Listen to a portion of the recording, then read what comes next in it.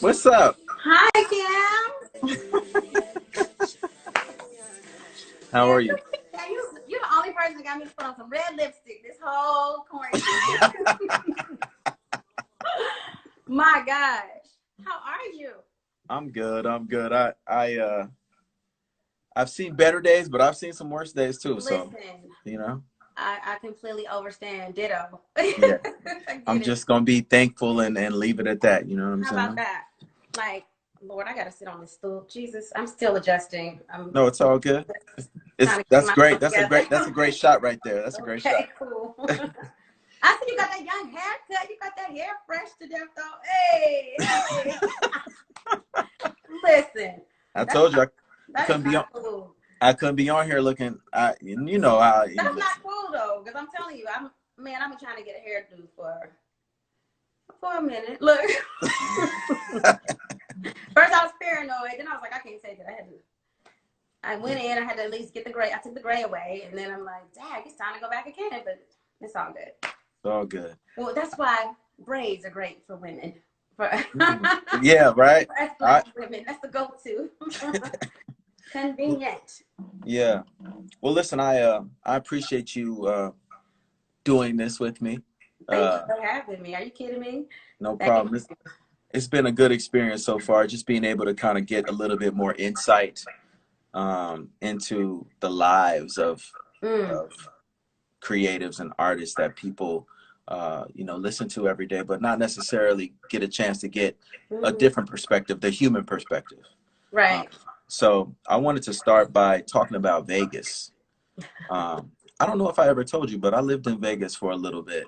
No. Did you Vegas, really? Vegas chewed me up and spit me out. No, don't say that. It sent me right on back home. Like, how long? Where did you live? Like, first of all, when and for how long? I lived there. I was like right out of high school. Okay. And yeah, and by choice or for work or like just something you wanted to try? I was dating an older woman. Got it. She convinced me moving to Vegas was a good idea. I was up in Vegas, hot in a mug. It was like summertime. Very. And I came to Vegas and I was just like, I can't breathe. Yeah, it's dumb hot out there. But the flip side, the crazy thing about Vegas is that it gets just as cold. And nobody thinks that or knows that. They just think it's just always hot. But Vegas, we get a little snow here and there. We drop down to the 20s. That's cold for us, you know. Yeah. No trees, so it's just flat lands. So we get a little brick out there as well. But Vegas, summertime, yeah, bro. Good luck. So tell me and those watching, what Vegas, growing up in Vegas, was like. Oh gosh. First of all, let me just say congratulations for this whole platform. This is dope. I love it. Obviously you've had some of everybody. I mean, I'm like, okay, come on, A-list. So that's super dope. Gosh, growing up in Vegas, I get that question a lot. So for me, my answer is always the same. It sounds generic, but it's the truth. I'm like, it's normal because that's all I knew. You know what I'm saying? Yeah. I didn't grow up in a casino. I wasn't raised in a hotel. There are homes. We may not have no trees and no lakes, honey. It's dry. The water is definitely, a little on the limited side. But we do have a man-made lake, so you go out there for fun. It's just like everybody, everywhere else. Churches. Yeah. Urban areas, ghettos, hoods, whatever you want to call them, projects. Wow. Skating rinks, drive-ins, you know what I'm saying? Movie theaters, suburbs. So it's just like everywhere else. I think it's small. So everybody know everybody. That's the only thing. Okay. It's very small. Well, when I was growing up there, it's very small. A lot of people are moving there now, but it's small. You can get anywhere you want to go. And it used to be 10 to 15 minutes. Now it might be about 17. But I hear you. But it's a small city. I love growing up in Vegas, though. My mom actually was born in Vegas, so I'm like a true Vegas native. Yeah, you are. My mom was born in 1952. Wow. So, my grandparents migrated from the South, like most Black people there. That's the other question I get. Like, are they Black? I didn't know it was Black people. I'm like, what is it? So many of us out there, a lot of us were born there, and a lot of us migrated from the South and the Midwest. I think, for work, a lot of like our grandparents migrated there from the Midwest and South for work. And yeah, so wow. I have generations there. My mother's entire family, which is humongous, is still in Vegas. My father is in Vegas. Oh, yeah. Born and raised. I'll be in Vegas where 702 be at. Now I mean, check it out. I ain't Well, been to Vegas in so long though. Like I go not as often as I would like, or not as often as I used to, because my mother is now here with me. okay. But it's cool to visit. I always tell people that have never been, you gotta go at least once. Yeah. Now, Cam, you don't went once, and I don't know. You didn't sound like you had a good experience. So Listen, the second time I went, and this nobody knows this. I'm only sharing this because it's you. The okay. second time I went to Vegas, I got catfished. Oh, that I sucks. got catfished, Oh, friend, that's and this rough. woman who I was like in love with, right? Yeah. I'm so naive when it comes to this. Don't feel She bad. she You are not the convinced only she one. convinced me to meet her in Vegas. I went out to Vegas on a wing and a prayer, and she Hmm. never showed. I was in Vegas for Oh, 3 days by shut myself. up. Swear. That's That's the second time see, I went to that's some bull. Vegas. So you really feel a way about Vegas. But see, these people probably aren't from Vegas. You know what I'm saying? True. They're probably not locals. I highly doubt it. Yeah. I need to That's go to a Vegas terrible. barbecue or something. Next time I go, you got to hook me up with your family and Absolutely. That's yeah. the thing. See, Vegas has a really cool vibe if you know the locals and the natives. You know what I'm saying? Like these new, honey, I don't know about the newcomers that, trickle in and move in. Not from out of town. I don't know. Yeah. But I feel like that's how Atlanta feels. I feel like Atlanta Yeah. feels like that about us. Like if we ain't real HE aliens, like, oh no, y'all just came out of nowhere. Yeah, for sure, for sure. Atlanta's Well, so oversaturated with some of everybody now. So it is. What were you like in the early days and as it relates to music? Was it always just music as soon as the word? So Vegas didn't really have, we didn't really have a lot of, there's not a lot of culture in Vegas. You know what I mean? As opposed to, since I brought Atlanta up, say like Atlanta, there weren't a lot of like, black radio stations with black music. There was one station in particular, kind of like 91.9 here, like it was public funded, you know what I'm saying? Yeah. Shout out to 91.9, that's my joint. I listen to them all day, every day. But yeah, we had a station in Vegas called, growing up, it was FM 88 now, I think it's Power 88, but that was like our mom and pops, if you will, radio station. But for like, R&B, gospel, but overall, that was not really, there wasn't really much else to pull from if you were just really seeking soul. You know what I mean? Not a lot of soul music there. So I grew up on a lot of soft rock and country, because Vegas is very much a melting pot. While there are a lot of black people, there's also a lot of, every other nationality. So yeah, me and my sister would be listening to some of everything, like Simply Red, Duran Duran, freaking Taylor Dang, like just all kind of all Yes. kind of different music. But my family's extremely musically inclined, so of course I grew up like most black people, singing in the church. And I think I was like 7 when I realized, like, oh, I might be a little all right at this. I might have a little voice, and my mother saw it too, and so she just started putting me in like every talent show in Vegas you could think of. And I knew I loved music because, like I said, my family is music based, and I knew I just naturally, gravitated to music. But I didn't know that, like, oh, I just really want to sing and be this professional singer. Not until I got older and started really, competing and doing all of the little talent shows and things of that nature. But when it's already naturally in you, you have a knack for it. And so I grew up singing in church, and then I grew up singing all around town, weddings, funerals, everything, bar mitzvahs, you name it. National anthem, black national anthem. I mean, like, Yeah.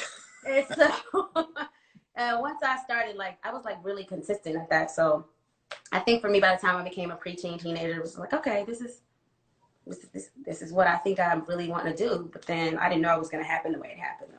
Yeah. Yeah. So as it relates to your mom, I grew up, my mom, I guess, kind of supported me. She did, but my family didn't really have an understanding of how to go about helping me get into the business. Did your mom have kind of an idea or? No, we were green, and we were approached by a few people, and my mom was just always, because my mom was like, super church lady USA, like saved, sanctified, filled with the Holy Ghost. So, so for a while she was always kind of like, I don't know, like if it ain't for Jesus. So I think when I got approached by 702's brother-in-law, who was our then manager, I was going to the same school as the girls, and they were like transitioning, doing some remixing of the group, and per Michael Bivins, you know, one request or what have you, and he just approached me because we would have like these. So rewind. I went to this performing arts high school in Vegas. My last 2 years of high school, 11th and 12th grade, and I kicked and screamed Cam the whole way. When I tell you I didn't want to go, what? Because I was just comfortable in my other little school, being fast, you know, boy crazy, you know. started out straight A student. I was good all the time in school until I got to like 9th and 10th grade. My mother was like, "Oh, you want to start getting C's? Oh, okay. Watch this." So she switched it up, and I had to leave that school. And so she's like, "You got to go to this performing arts." I'm like, "No, why?" But had I not, I wouldn't have met the girls. We wouldn't have been, you know, I wouldn't have had 702. It's just crazy how life works. But we were green. All I know is I auditioned for the group, and I know I'm skipping all around, but I auditioned for the group. We got a contract, and my mother and I were like, "Wait, what? Huh? We didn't know nothing." Wow. Didn't have, you know, couldn't afford a lawyer. We just signed my life away. Listen. Yeah. This conversation is not about the group. But I do want to ask you one question. Yes. And it's not a specific question, it's more general. Yeah. Because I was in a group, I know a lot of other people who kind of get their feet wet within a group environment. Of course. So and I will never take away from the fact that my start, my middle, and my end, for sure, you know, played a huge part in the trajectory of me even being able to sit here and rock with you right now and talk about my path. But yeah, it just gets a little tough and frustrating to kind of individualize yourself and yes. kind of, you know, be a person outside of the girl from, the guy from. Do you know what I mean? Even as lead singer, it's still like, yeah, that's the association. You know, it is what it is. But yeah, what advice though, real quick, would you give to a young lady or a young man who is, you know, getting into a group environment and you know, and they might be a little green, just in general, in terms of how to make sure that it's an experience that you can grow from? Well, first know that it's a blessing, you know what I'm saying? And know that it's okay to have fun, you know? But also know that it's very important to be a team player, know your role, and stay in your lane. Mm-hmm. You know what I'm saying? But yet still be unified and cohesive enough, you know, to get the job done and be the best group you can be. Because I think when it falls apart is when, unfortunately, especially if you're super young, you know, you just kind of, you get lost along the way, I think. And I think sometimes there are naturally animosities and envy that comes into play. And you have to really be careful with those things, you know, girls and guys, you know what I mean? For me, I think, like, if I could go back, I would really want to embrace the role that I was given. Not even, I don't think intentionally, but it just kind of fell upon me, you know, as lead singer. And I never really fully embraced that because I always felt guilty about having that position because I came in as an outsider, if you will, and not, you know, I wasn't a sibling, a family member like the other two. And so just, if you are that person that tends to, you know, get more of the vocals or tends to like be more in the forefront, like just embrace that. You know, that doesn't mean, you know, be diva and belittle your other group members, but it's okay. You know what I'm saying? It's okay that, hey, that's your role. And everyone else is just as strong and just as equal players. You feel me? Like, it's a collaborative effort. So just stay humble. That's what I pride myself in. Like, I try my best to stay humble. I did then and I try to now. So yes, you have been the entire time that I've known you, for sure. Thank you, Cameo. Let me ask you about, I want to quickly ask you about television and film. Yes. I know that you have endeavored in the television world. Mm-hmm. And I know there's so many things that we would never know about the world of TV, but just in general, is that something that you would endeavor in again? And if so, in what way would you like to do it? You know, what's funny is that I've always, well, you know, singing and acting go hand in hand. You know what I mean? So, and being that I just mentioned, you know, that I went to a performing arts high school, of course, I've always wanted to, you know, stick my toe in the pond and kind of get my feet wet.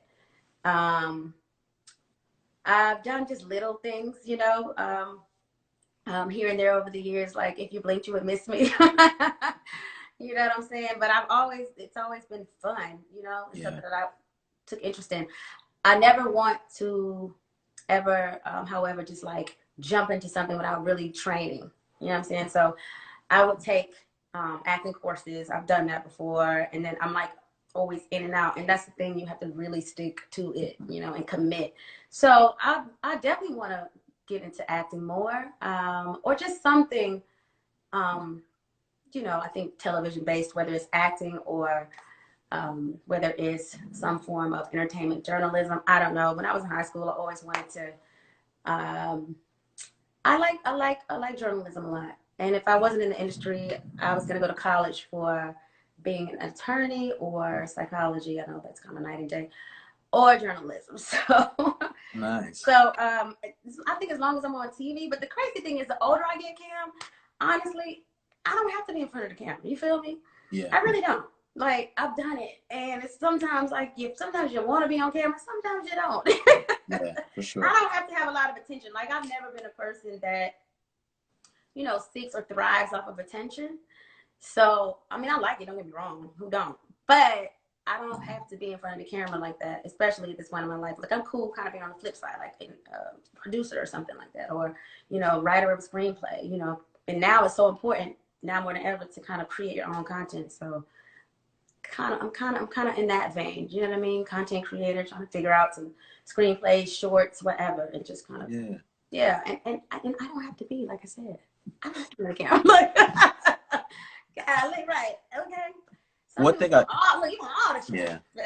one thing I like that you said was that you wanted to dive into it from a training standpoint, and I don't think a lot of artists who don't come from a background where they have an appreciation for all the arts, honestly, they don't really understand that when you go into another art form, you should respect the art form and learn about it. Yes, sir. Because I'm gonna tell you what, I know actors that definitely side-eye singers that come in like, I don't care who you are, I don't care how many albums you know, and you know what I mean, like, and I get it, you know what I'm saying, because it's kind of like, that's kind of disrespectful to them. They feel away, they feel insulted.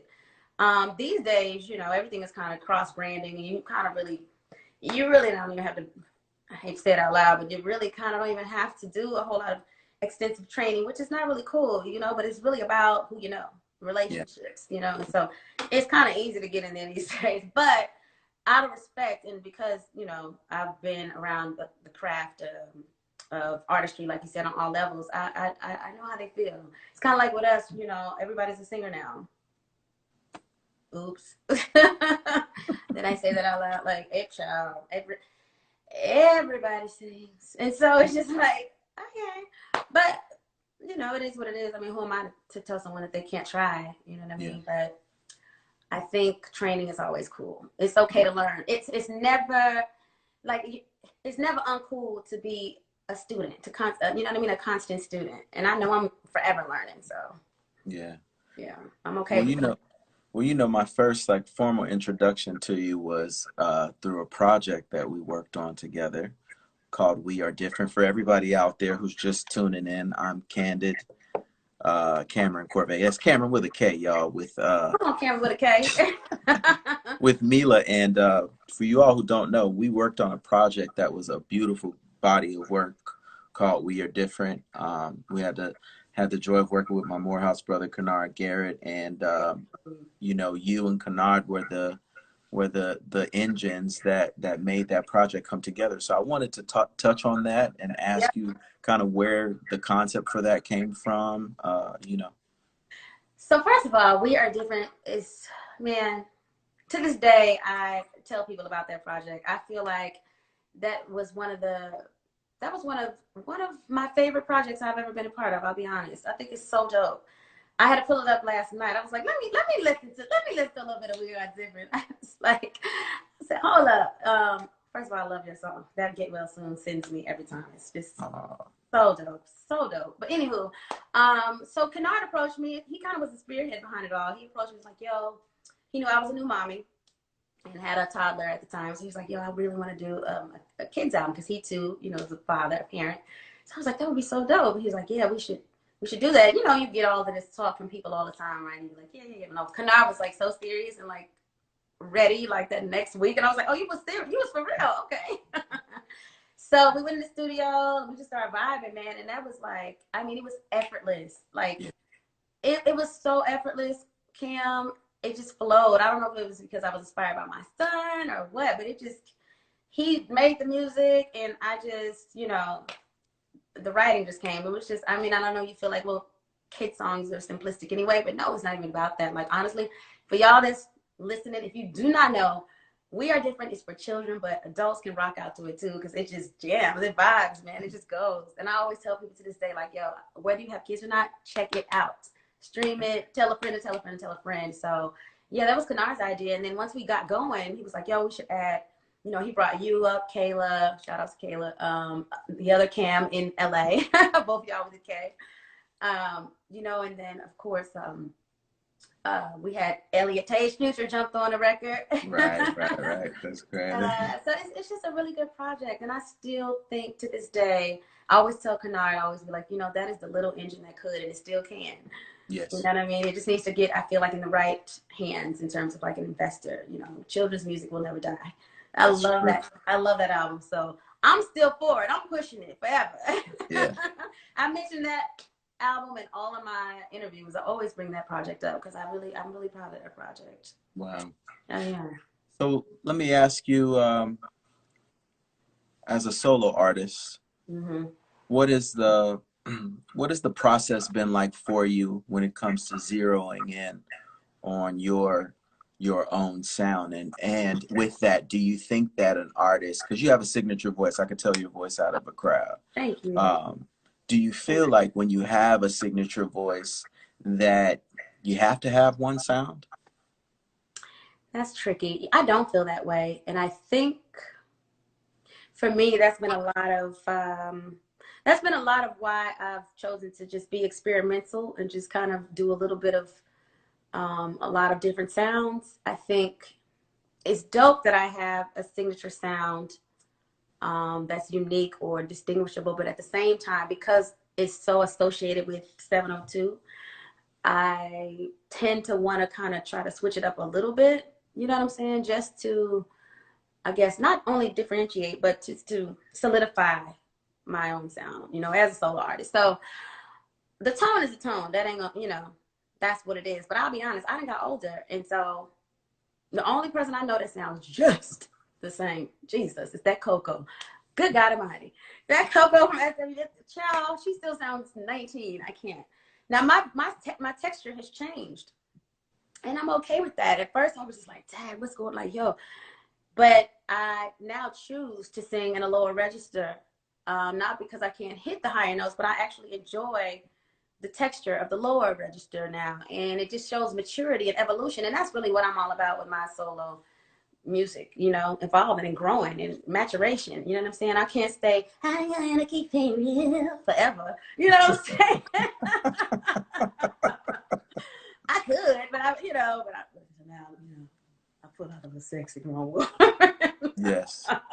Yes. But I just noticed, like, I have a rasp that is just like, woo, she's hardcore these days. So I'm like, I love it. All right, let me go ahead and, you know, let her live. You know what I'm saying? So it's just kind of fun. It's cool, honestly. I like to have that distinguished sound so people can be like, yo, like the compliment you just gave me, that's flattering. Thank you. Like, I'm like, oh, really? But then everybody still sounds alike these days that I'll be kind of like, my mother barely even listens to, like, you know, radio today. And I'll be in the car, I might have something playing, and she'll be like, she sound like you. And I'm like, well, Mom, the girls these days do have similar tones. That's the going tone these days. That's the going tone, right? Yeah. I said, you know, it's melodyne and then auto-tune. There's ways to sound that way, Mom. Mine was natural, but yes, Mom, that I had to have a moment of of non-humility, okay? Because there was a time where I just would not accept the fact that like people like myself and Coco and Lil Mo and Nicole Ray, like it's just a certain tone. It's a certain sound, man, that I feel like we all just kind of honed and just originated back then, and it is what it is. And I'm like, you know what? I'm a part of that, right? Yeah, you were part of that for real, Like, for real. And it's a very, you know, it's radio friendly, if you will. Yeah. You know what I'm saying? Yeah. And I think that's how I ended up on most of the songs that I did, you know, with 702. Like it just, I don't know. I think that there's a particular sound that seems to be, like I said, radio friendly. And if you notice, like a lot of these producers have a lot of their artists sounding very that tone, you know. Yeah. Which is not a bad thing, but you know, I appreciate the Jasmine Sullivans for the huskiness. You feel me? It's just like yes, and you know, her, HER, and people that just have a little more, you know, bottom. There you go. That's just like there's not a lot of that. There's really not a whole lot of that with females. It seems like if you're a woman these days, a female singer, especially of a particular age, the going sound is to be like super soprano, super soft, super high pitch. So yeah. I'm like, well, damn, I'm in my 40s. I'm about to come out sounding real bump it. It's almost like they you know, I've heard the term bedroom singer be used, you know, but it's just there's a difference, and I can tell, you know, listening who grew up needing to project, singing a cappella, you know what I'm saying? That just puts something in your chest that you don't have when you always have a mic in front of you. You never really have to work that hard, you know? That's true. That's true. Now you said that. That is so true. You can, no, seriously, you could just, like you said, project, and it's just like you're not even trying that hard. But you know, and honestly, like I'm at the point in my life now, though I can't even front cam. Like now, I don't even want to do all of that. I'm coasting. I don't want to belt. I don't want to stray. I don't want to scream. Yeah, no, neither do I. I was like, listen, I'm just coasting. Okay, so I mean, live you can always pull that out. Exactly. Yeah. Like nowadays, I'm just like, I just want to be cool. Like that's mostly like the type of music I listen to just like calm my nerves, just chill, man. But a lot of these records, I will give this new generation. I love like their approach. It's very, they real chill. You know, really easy, laid back, like the Janae Aiko's and you know, her and SZA and like all of these. Well, what is it called now? Alternative R&B. Right. Yeah. Yes. There are all these new genres. So, you know, they cool. Everybody is just mad cool. And I appreciate that. Appreciate that, though. Like, nobody's trying too hard. It's kind of just like everybody's whispering, if you would. They whisper. Yeah. But I'll take it. It's cool. It's vibey. I appreciate vibey music. Yeah. It's definitely vibey. I think it also, though, puts us in a place where someone can come out and not be vibey and make an impact like a mug, you know? This is true. It is. That's true. And the crazy thing with that is like it shouldn't be, but it's like dumb competition. It's competition with that. Yeah. It's like dag. So if you get somebody that's coming out that's got like all this soul and you know all of this rich texture and like these you know certain I don't know that the tonality is just like heavy. It's just I don't know. It's like do we take those artists? Do we embrace those artists the same? Or is that considered like adult contemporary? No. Like damn, she sound old. You know what I'm saying? I think with that we could go into a big black hole with that because I personally feel like it's just a system put in play to keep us marginalizing each other within our own community. Because I mean, that's why I don't like the genres. Yeah, yeah. Labeling. You know, country music, they don't have as many restrictions, you know. No. So, you know, I feel like we definitely have a ways to go in terms of breaking down some barriers within our own situation. Within our own. I know. Don't even get me started. Yeah, that's a whole other conversation in itself outside of music. Yeah, for sure. For sure. Let me ask you I want to ask you a question about Zach. Hey Zach. Okay. I'm surprised it's not come trying to get in yet. Watch just because we brought his name up, he gonna be like trying to get in. Right. With everything that's been going on, right? With the pandemic, with you know, all the injustices committed upon Black, brown, and a whole bunch of other groups. I know that my brother has a son who's 10. So it's like we've had conversation amongst ourselves as men about, okay, what and when, you know, what type of conversation, when do you have the type of conversation? You know, do you just shelter them until you can't anymore, or what is your take on that? Well, for me, my take is completely different from y'all's because I'm a special needs mom. I raise a son who is oblivious to everything and anything. I raise an innocent child. All children are innocent, but my child is so his autism is a broad spectrum. Yeah. So Zach, his challenges, if you will, are his comprehension. So developmentally, he's developmentally delayed, which means he is lacking in certain areas. His language, so he doesn't really fully communicate. He can't really fully articulate and have a back and forth communicative banter. Only limited things that we've taught him to say and ask for, what have you. And then his comprehension is delayed. He's 11, but he's probably more about 6, 7, 5, depending on the day. So he's clueless about any of this. You know, and some days, like sometimes I'm so grateful to God for that because he's so, like, he lives in Nick Jr. and freaking Disney and, you know, the world of blocks and iPad, you know. That's where I want to live. And when I say iPad, you know, not the salacious stuff out there on the internet, you know, nothing crazy, but like, he's getting older, don't get me wrong. I'm not painting like he's not going to one day possibly.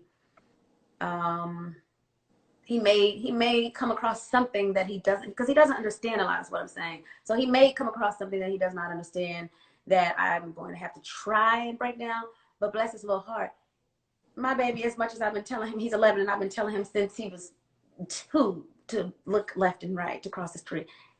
We still have to run after him before he does that sometimes, because autistic children, not all, but a lot of autistic children, you know, they sprint, they run as they'll just, you know, they're not, they have no boundaries of, they don't know anything about danger, or, you know, he's clueless about, he didn't even know what that is, danger. He doesn't know that there are cruel people in the world. He doesn't know that there are evil people in the world. He doesn't know any of that. He doesn't know that. And most kids don't. But the difference with my kid is that you can sit and probably talk to your nephew, your brother, who's 10, and he at least understand or can conceptualize, at least on your average 10-year-old level, the things that you all communicate to him. Not my Zach, child. I've been trying to preach to Zach for years, like, tell mommy if somebody, you know. And he just looks at me like, well, let me tell you this. I have another nephew. Okay. He's 13, and he has Downs. Okay, so he's special needs. Got it. His communication limited. Very limited. So you know, yeah. I'm very protective of him. Friend, too. Listen. You know what I'm saying? So imagine how I am about my son. Okay. Yeah, for sure. Yeah, I totally get it. Yeah, man. So to wrap that up, it's like, it's so hard, Cam. It's so damn frustrating. It's hurtful to see this bull crap that go on, you know, with our brothers, sisters, Black and brown, you know, adults, young adults, children, and to have a Black son of my own that I'm raising who is just freaking clueless about any of this, and that if he's in my presence, God forbid, you know, can be faced with something like this and know nothing of the sort of how to handle it, what to do. You know what I mean? What if he was that young Black boy that was killed a few years ago? I can't even think of the baby's name. I'm sorry. That had the toy gun. Oh yeah, Kameron. There. You know what I'm saying? Like, I think about all of that kind of stuff. It drives me insane. But what can we do? So I'm so overprotective. Lord Jesus, I know he'd be like, Mama, can I breathe without you? Can I walk downstairs without you on my tip? Like, oh my God, I worry about him so much. But all we can do is our best. You know what I'm saying? Yeah.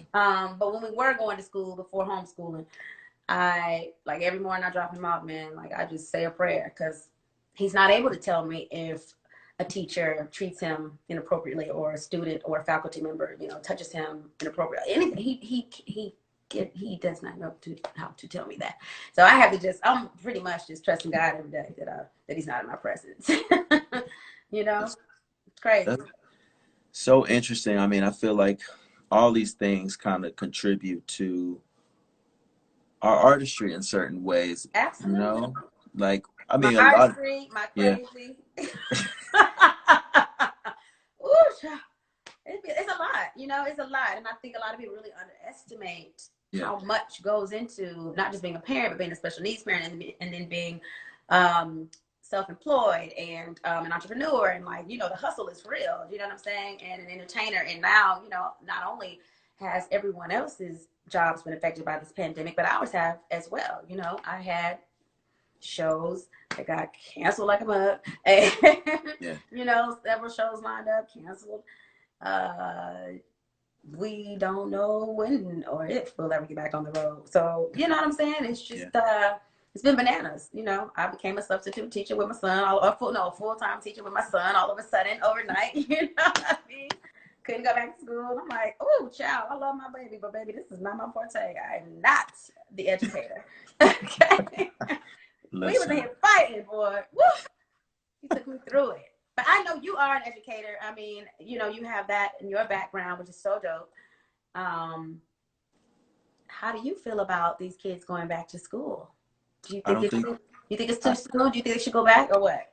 I mean, I can break it down in a way that they don't break it down, friend. That they don't break it down, which is, I taught middle school and I taught high school. So, kids are not that high. Their hygiene is not good at all. All right. I only would get sick from being a teacher.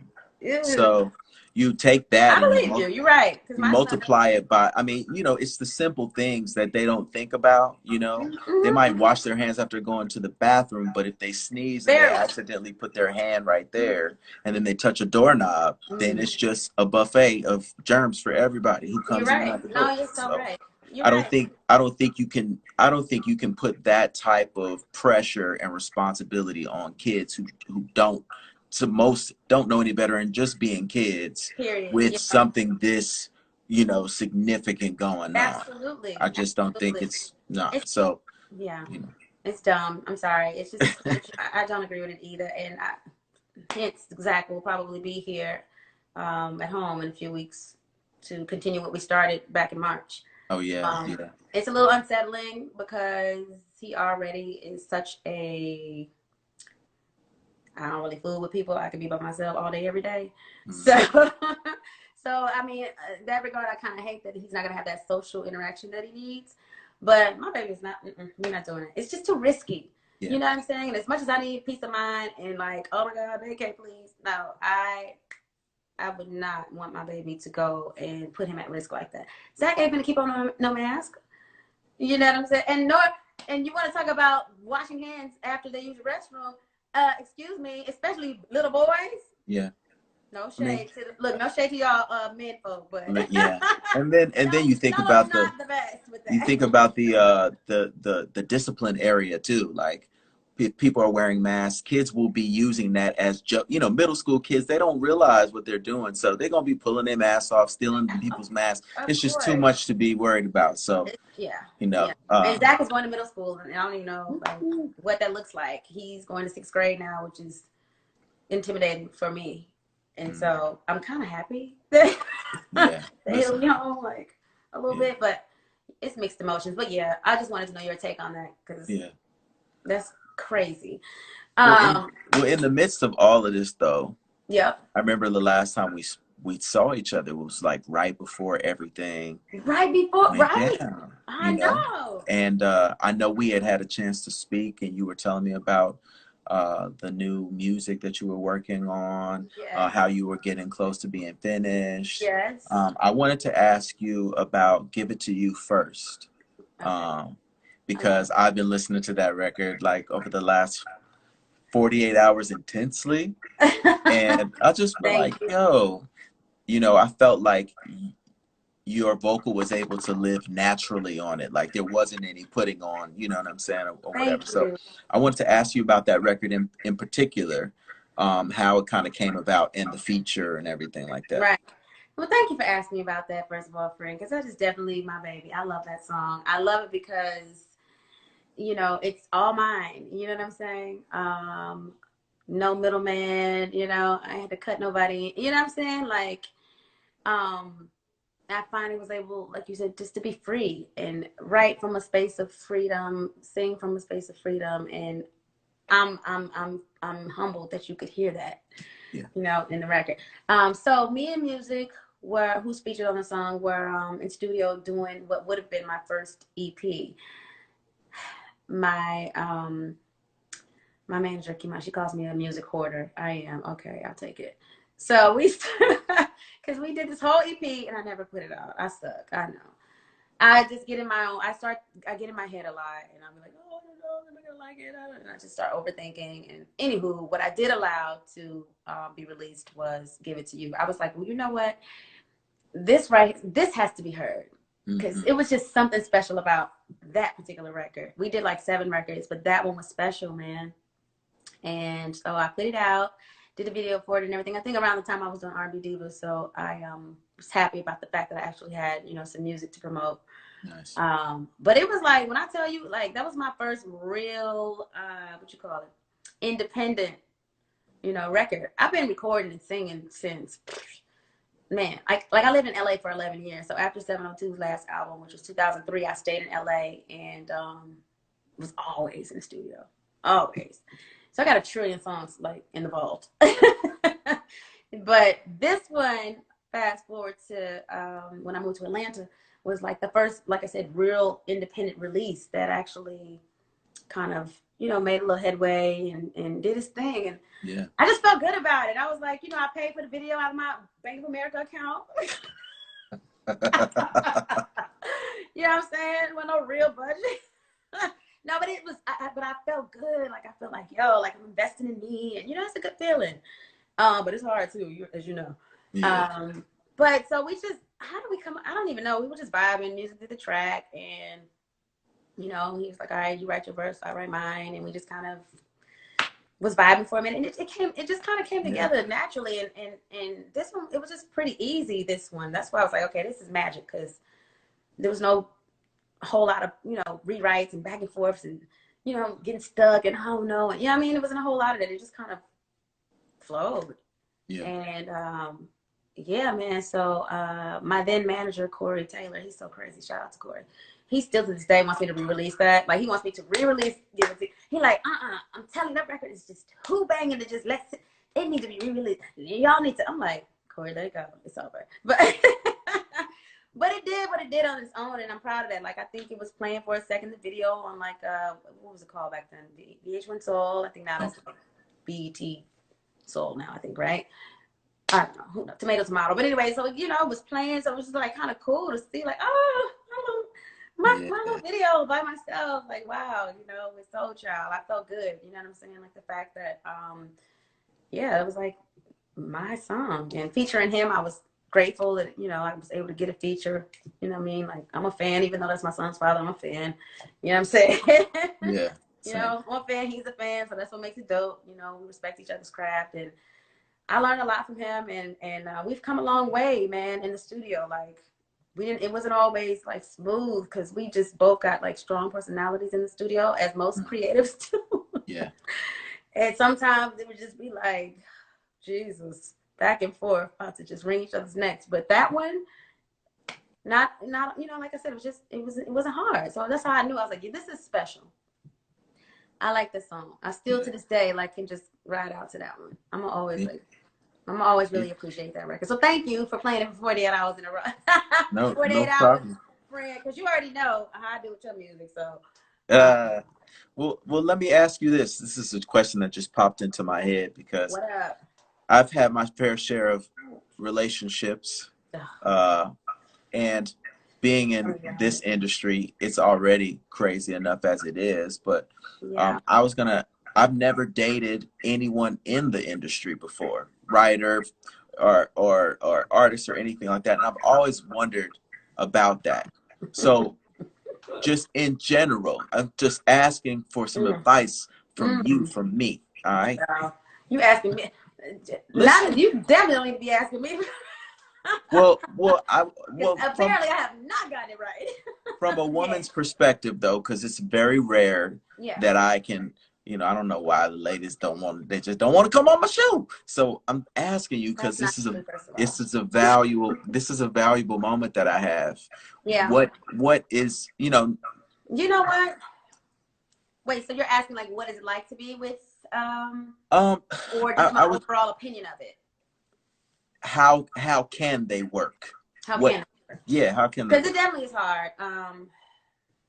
I've dated I feel like I've dated like mostly guys in the industry.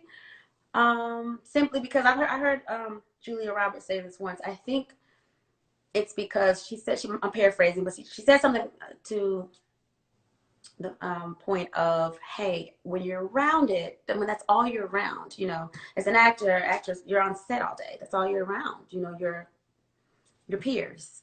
Mm-hmm. And I feel like, I've always been in this game since I was 16, 17, whatever. So I'm often around, my peers, someone in the industry. And oftentimes I would be like, nah, it's not going to work. Like, cause you don't feel like, because y'all are always both busy, you'll get that time that you need together.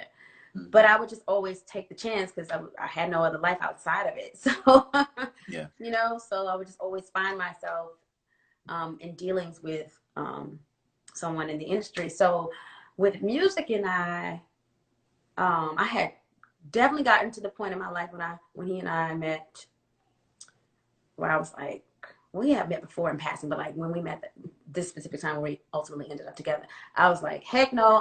I told myself I'm never dating anybody else in the industry. I don't care if I rapper, producer, showrunner, I don't care. Mixer, engineer, I don't care. Like, I'm done. I don't want nobody else in the industry. And it's kind of whack that I'll be honest, mostly men do get a bad rep. Most men get a bad rep that are artists. Cause, you're on the road and that tour life, boy, dude, it's just candy store. You know how y'all do. Exactly. You know how y'all do. Y'all let the groupies, y'all let the girls come back in the room, all of that. And, y'all get excited with all that. So I was like, yo, I'm never dating an artist again. And then I met music. And I think everything happened with us so fast that it's probably why we're not together today. Because everything just happened with us so fast. And we kind of didn't even allow ourselves to, like, date, before we got pregnant. It's just like 6 months, bam, here's Zach. So we kind of went backwards. But it's dope now because we're, like, such good friends now. And it's like it's kind of like where we probably should have been before we, procreated. Like the best of friends, like we're, so close now. But and that's important, number one. Like you gotta know that person, friend, especially if y'all are both in the industry.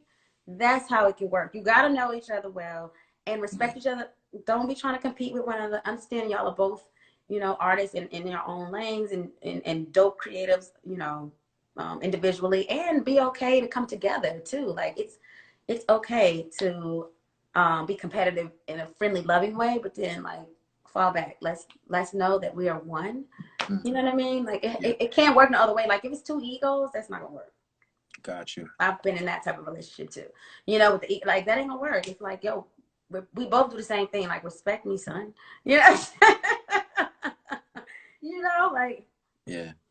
So you just you gotta if that's what you want, Kim, know that she's not gonna be available all the time, and I don't know how you would feel about that. know that she might come in at 4 or 5 in the morning, or around all dudes at the studio or whatever, at the set, whatever. You got to be okay with that. And just like women have to be okay with that. But see, y'all trust us a little more. I'm sorry. Look. Listen. And women are different these days. Don't get me wrong. I know it's some savage women out there. I know that. These days, like, I know that. You know what I mean? But I feel like y'all, and not to generalize, because that's not nice, but it's harder for us as women to trust you guys in this industry, because there are women that are so thirsty, but there are guys that are groupies and thirsty too. So that's true. But if that's what you want, like, go for it. I'm not gonna talk against it, but I think it's challenging. But all relationships are. But my thing is, anything you want to work, I feel like can work. You have to want it, and you have to make it work. If you really want it, like I always say, where there's a will, there's a way. Yeah. You got to show that. Like, you have to really, like, work for it, work hard at it. You know what I mean? And don't force it, because that ain't cool either.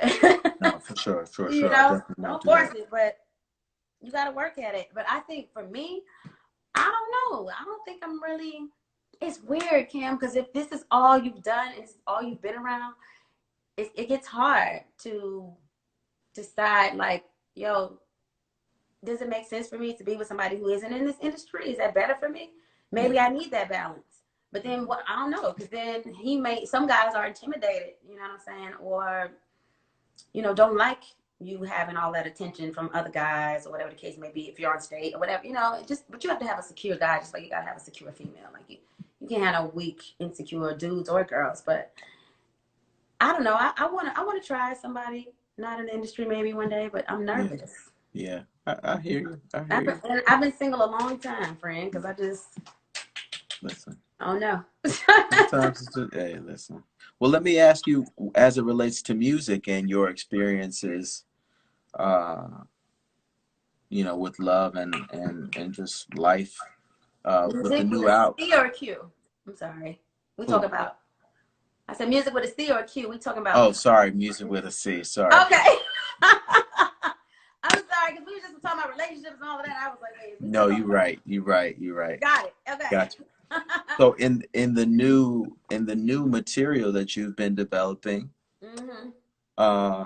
what can we expect in terms of the messages, the sounds, the personnel, whatever information you can give, we want to know. Of course. Well, first of all, let me just tell y'all, thank y'all for waiting. Lord, y'all been patient, Jesus. So what you can expect is this entire album is about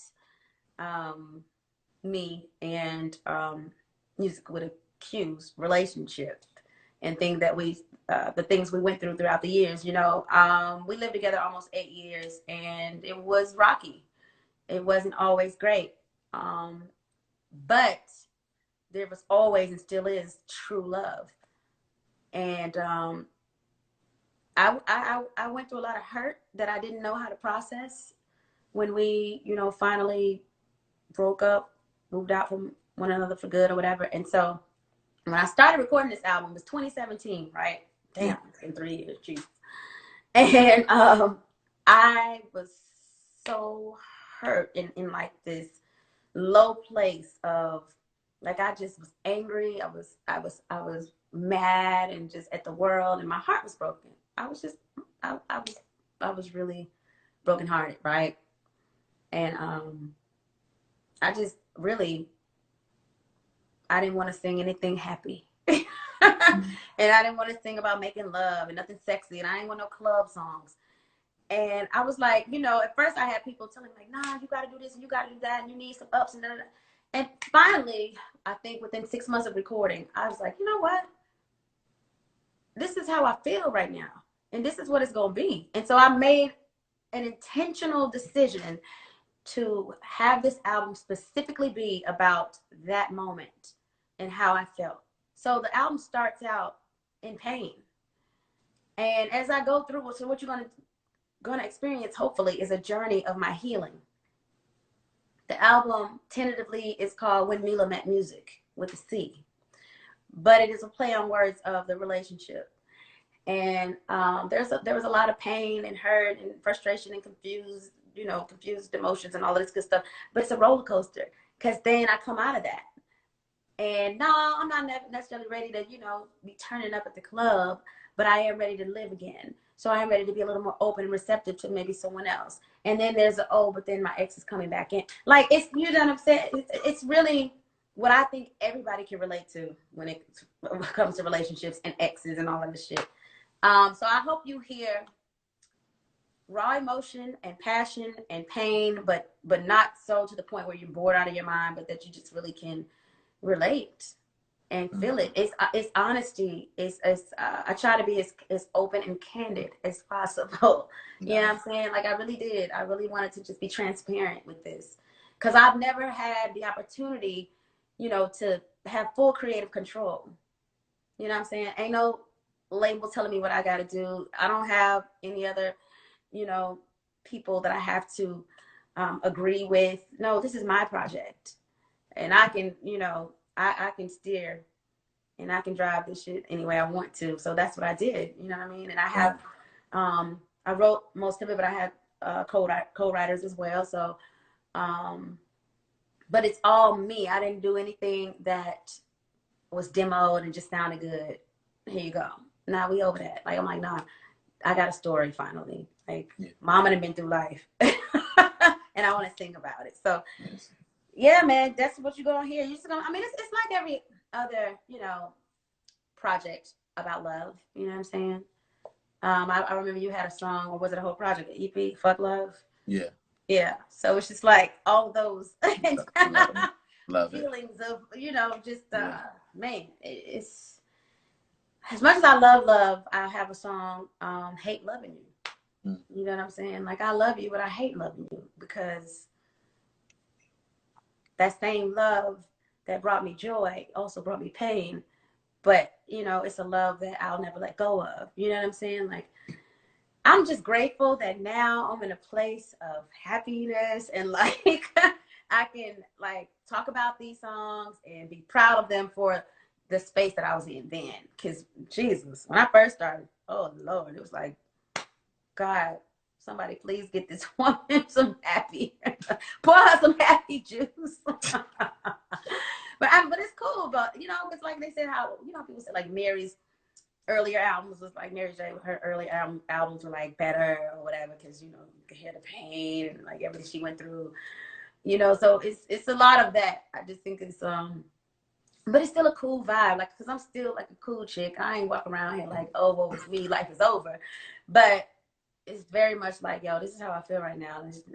That's all it is too. I don't want to sing about nothing else. That's what it is. Yeah. Well, I'm getting a little notification, and I don't want us to be cut off. So, come on, notification. Yeah. I wanted to make sure I thanked you for coming on, and you already know anytime you want to work, we can work. So I just wanted to say thank you. Will you stop playing? Yes, thank you for kicking it with me. Can we stop playing? We already are working together in another way, but we're gonna keep that on the hush. But I just wanted to say thank you. I appreciate you for kicking it with me. Cam. And before we go, I just gotta shout out my boy Stanley Smith, who actually happens to be your Morehouse brother as well. We got a song out together. It's his song featuring me. Check it out. It's so dope. Written by him and TC. Produced by another Cam. Jesus. His Cam's with a C, but it's called 4 Seasons. It's so dope.